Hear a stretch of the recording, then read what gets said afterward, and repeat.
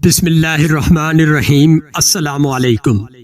حضرت ابو عبیدہ بن جراح رضی اللہ تعالی عنہ وہ صحابی ہیں جن کو سب سے پہلے امیر الامراء یعنی کمانڈر ان چیف کا لقب ملا۔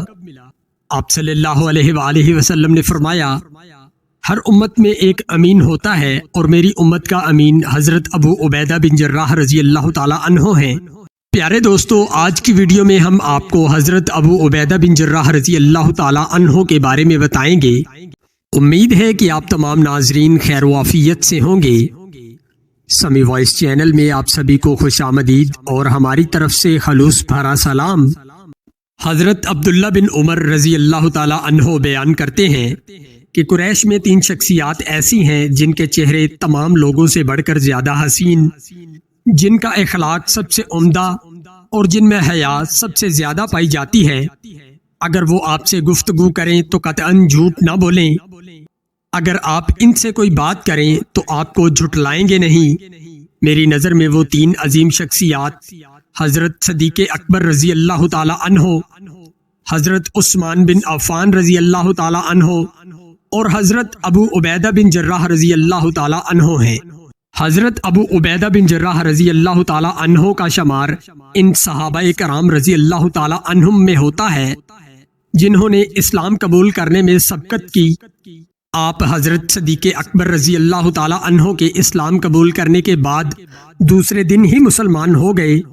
حضرت ابو عبیدہ بن جراح رضی اللہ تعالی عنہ نے مکہ معظمہ میں شروع سے آخر تک مسلمانوں کو پیش آنے والے تلخ حالات میں زندگی بسر کی۔ ایسی شدید تکالیف اور رنج و عالم میں ان کا ساتھ دیا کہ جن کی شدائد و تکالیف کا روئے زمین پر بسنے والے کسی بھی دین کے پیروکار کو کبھی بھی سامنا نہ کرنا پڑا ہو۔ آپ اس دور میں ثابت قدم رہے اور ہر صورت اللہ اور اس کے رسول صلی اللہ علیہ وآلہ وسلم کو صمیم قلب سے سچا مانا۔ لیکن میدان بدر میں حضرت ابو عبیدہ بن جراح رضی اللہ تعالی عنہ کو پیش آنے والی آزمائش اس قدر نازک تھی کہ انسانی تخیل میں بھی نہ آ سکے۔ ہوا یہ کہ غزوہ بدر میں حضرت ابو عبیدہ بن جراح رضی اللہ تعالی عنہ بے خوف و خطر دشمنوں کی صفوں کو چیرتے ہوئے آگے بڑھتے جا رہے تھے۔ آپ کے اس جرأت مندانہ اقدام سے دشمنوں میں بھگدڑ مچ گئی۔ آپ میدان جنگ میں اس طرح بکھرے ہوئے چکر لگا رہے تھے کہ جیسے موت کا کوئی ڈر ہی نہ ہو۔ آپ کا یہ انداز دیکھ کر قریش کے شاہ سوار گھبرا گئے۔ جو ہی آپ ان کے سامنے آتے تو وہ خوف زدہ ہو کر ایک طرف ہو جاتے، لیکن ان میں ایک شخص ایسا تھا جو آپ کے سامنے اکڑ کر کھڑا ہو جاتا، لیکن آپ اس سے پہلو تہی اختیار کر جاتے اور اس کے ساتھ مقابلہ کرنے سے اجتناب کرتے۔ وہ شخص بھی آپ سے مقابلہ کرنے کے لیے بار بار سامنے آتا رہتا، لیکن آپ نے بھی اس سے پہلو تہی اختیار کرنے میں کوئی کسر باقی نہ رکھی۔ بالآخر اس شخص نے جناب ابو عبیدہ رضی اللہ تعالی عنہ کے تمام راستے بند کر دیے، حتیٰ کہ وہ آپ کے اور دشمنان اسلام کے مابین حائل ہو گیا۔ لیکن جب آپ نے دیکھا کہ اب کوئی چارہ باقی نہیں رہا تو اس کے سر پر تلوار کا ایسا زوردار وار کیا کہ جس سے اس کی کھوپڑی کے 2 ٹکڑے ہو گئے اور وہ آپ کے قدموں میں ڈھیر ہو گیا۔ یہ قتل ہونے والا شخص حضرت ابو عبیدہ بن جراح رضی اللہ تعالی عنہ کا والد عبداللہ بن جراح تھا۔ دراصل حضرت ابو عبیدہ رضی اللہ تعالی عنہ نے اپنے باپ کو قتل نہیں کیا، بلکہ انہوں نے میدان بدر میں اپنے باپ کے حلیے کی شکل میں شرک کو نیست و نابود کر دیا۔ آپ کا یہ اقدام اللہ سبحانہ و تعالی کو اتنا پسند آیا کہ آپ کی شان میں آیات نازل کر دی۔ تم کبھی یہ نہ پاؤ گے کہ جو لوگ اللہ اور آخرت پر ایمان رکھنے والے ہیں وہ ان لوگوں سے محبت کرتے ہوں جنہوں نے اللہ اور اس کے رسول کی مخالفت کی ہے، خواہ وہ ان کے باپ ہوں یا ان کے بیٹے یا ان کے بھائی یا ان کے اہل خاندان۔ یہ وہ لوگ ہیں جن کے دلوں میں اللہ نے ایمان ثبت کر دیا ہے اور اپنی طرف سے ایک روح عطا کر کے ان کو قوت بخشی ہے۔ وہ ان کو ایسی جنتوں میں داخل کرے گا جن کے نیچے نہریں بہتی ہوں گی، ان میں وہ ہمیشہ رہیں گے۔ اللہ ان سے راضی ہوا اور وہ اللہ سے راضی ہوئے۔ یہی لوگ اللہ کا گروہ ہے، خبردار رہو، اللہ کا گروہ فلاح پانے والا ہے۔ حضرت ابو عبیدہ رضی اللہ تعالی عنہ کے لیے یہ کوئی انوکھا کارنامہ نہیں تھا، وہ تو اپنی قوت ایمانی، جذبہ دینی اور امت محمد صلی اللہ علیہ وآلہ وسلم میں امانت دیانت کے اعلیٰ مقام پر فائز تھے، جس کے لیے بڑی بڑی ہستیاں اللہ سبحانہ و تعالیٰ کے ہاں آرزو مند رہتی ہیں۔ جناب حضرت محمد بن جعفر رضی اللہ تعالیٰ عنہ بیان فرماتے ہیں کہ عیسائیوں کا ایک وفد رسول صلی اللہ علیہ وآلہ وسلم کی خدمت اقدس میں حاضر ہوا اور عرض کی کہ حضرت اپنے صحابہ کرام رضی اللہ تعالیٰ عنہم میں سے ہمارے ساتھ کسی ایسے شخص کو روانہ فرمائے جسے آپ مناسب سمجھتے ہوں، وہ ہمارے ان باہمی مالی اختلافات کو نمٹائے جو شدت اختیار کر چکے ہیں۔ ہم برملا یہ تسلیم کرتے ہیں کہ ہمیں مسلمان بہت پسند ہیں۔ ان کی باتیں سن کر رسول اللہ صلی اللہ علیہ وآلہ وسلم نے ارشاد فرمایا، شام کو میرے پاس آنا، میں آپ کے ساتھ ایک ایسا شخص روانہ کروں گا جو طاقتور بھی ہے اور دیانت دار بھی۔ حضرت عمر رضی اللہ تعالیٰ عنہ بیان فرماتے ہیں کہ میں اس روز جلدی نماز ظہر کے لیے مسجد نبوی میں پہنچا کہ شاید اس انتخاب میں میرا نام آ جائے۔ باخدا مجھے کوئی امارات و قیادت کا شوق نہ تھا، بلکہ میری یہ تمنا تھی کہ وفد کے سامنے رسول اللہ صلی اللہ علیہ وآلہ وسلم نے جو اوصاف بیان فرمائے ہیں ان کا مصادق میں ٹھہروں۔ آپ صلی اللہ علیہ وآلہ وسلم جب نماز ظہر سے فارغ ہوئے تو بڑے غور سے دائیں بائیں دیکھنے لگے۔ اس دوران میں نے اپنا سر اوپر اٹھایا تاکہ آپ صلی اللہ علیہ وآلہ وسلم کی نظر مجھ پر پڑے۔ آپ صلی اللہ علیہ وآلہ وسلم مسلسل نمازیوں کی طرف دیکھتے رہے، یہاں تک کہ آپ صلی اللہ علیہ وآلہ وسلم کی نظر کرم حضرت ابو عبیدہ بن جراح رضی اللہ تعالیٰ عنہ پر پڑی۔ انہیں اشارے سے اپنے پاس بلایا اور ارشاد فرمایا کہ آپ اس وفد کے ساتھ جائیں اور ان کے باہمی اختلافات کو عدل و انصاف کے ساتھ نمٹائیں۔ حضرت عمر رضی اللہ تعالیٰ عنہ فرماتے ہیں کہ میں اس موقع پر بے اختیار پکار اٹھا کہ ابو عبیدہ رضی اللہ تعالیٰ عنہ ہم سے بازی لے گئے ہیں۔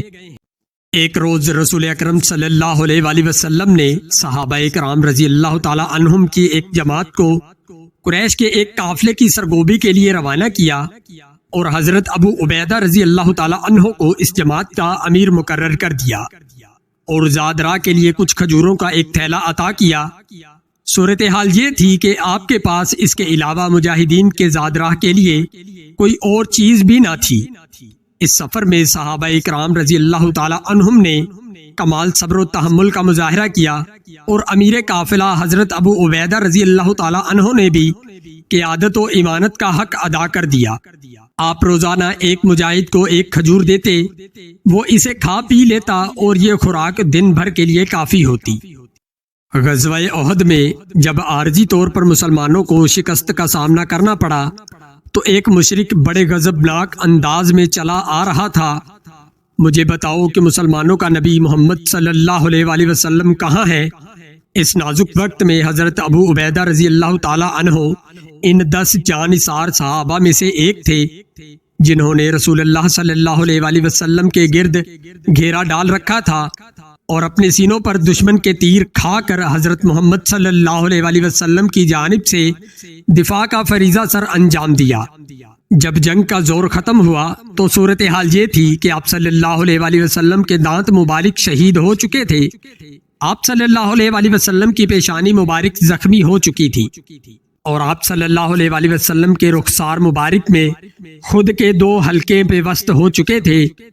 آپ صلی اللہ علیہ وآلہ وسلم کی یہ حالت دیکھ کر صدیق اکبر رضی اللہ تعالیٰ عنہ تیزی سے آگے بڑھے تاکہ آپ صلی اللہ علیہ وآلہ وسلم کے رخسار مبارک میں دسے ہوئے خود کے حلقے نکال دیں۔ اتنے میں ابو عبیدہ رضی اللہ تعالیٰ عنہ آگے بڑھ کر عرض کی، خدارا اس خدمت کا موقع مجھے دیں۔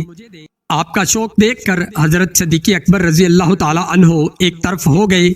حضرت ابو عبیدہ رضی اللہ تعالیٰ عنہ کو اندیشہ تھا کہ اگر ہاتھ سے ان حلقوں کو نکالا تو اس سے رسول اکرم صلی اللہ علیہ وآلہ وسلم کو بہت تکلیف ہوگی، اور آپ نے اس طرح کیا کہ اپنا ایک دانت مضبوطی سے ایک حلقے میں پیوست کر دیا اور پورے زور سے دانت دبا کر اسے رخسار مبارک سے نکال دیا۔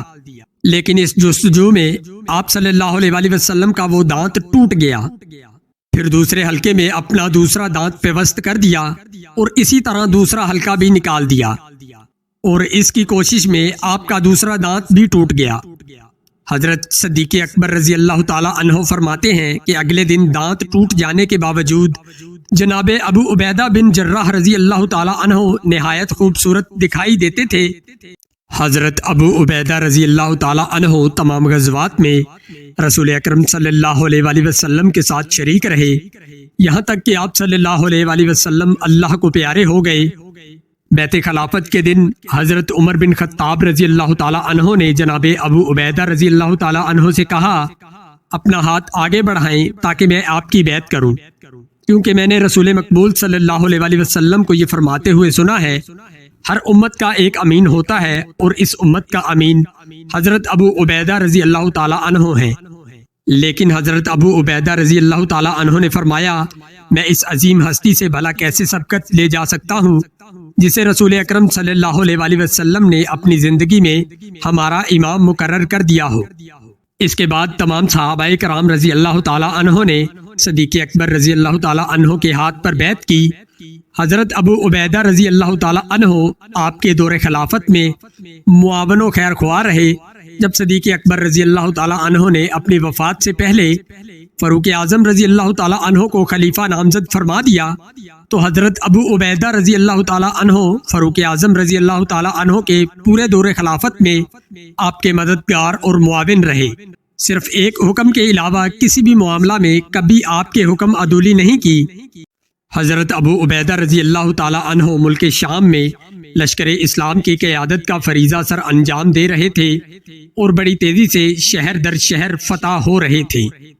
پورا ملک شام بھی فتح ہو گیا۔ اسلامی حکومت کی سرحدیں مشرق میں دریائے فرات تک اور شمال میں ایشیائی کوچک تک پہنچ چکی تھی۔